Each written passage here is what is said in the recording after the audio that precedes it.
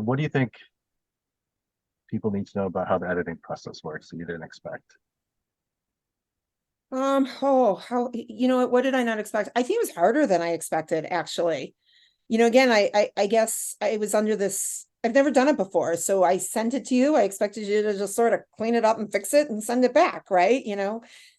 I had no idea where the reorganization would be beneficial or the expansion of certain stories.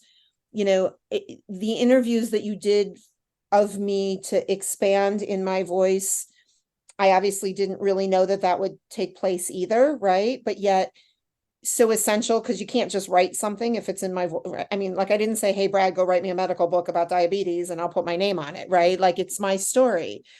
I also think what was difficult was even just stirring up some of the emotional component of it. I mean, it's a memoir, right? So there's a lot tied to that story that keeps resurfacing for me, and you really brought that up, and it forced me to look at some things again in a very positive light.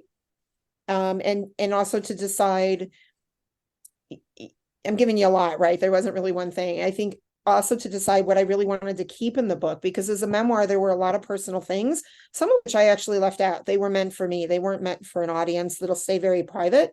And yet your ability to allow me to be vulnerable and share was difficult, but yet really rewarding too. So you challenged me in a good way, but I didn't expect any of that. I expected you to just clean up the manuscript and send it off to, you know, to be bound in a book. So lots of components that were tough, but not tough in a way too that I would want that to discourage anybody from walking that journey, right? I mean, in the grand scheme of life, it doesn't make the top 10 list of top, of hard things I've done, you know.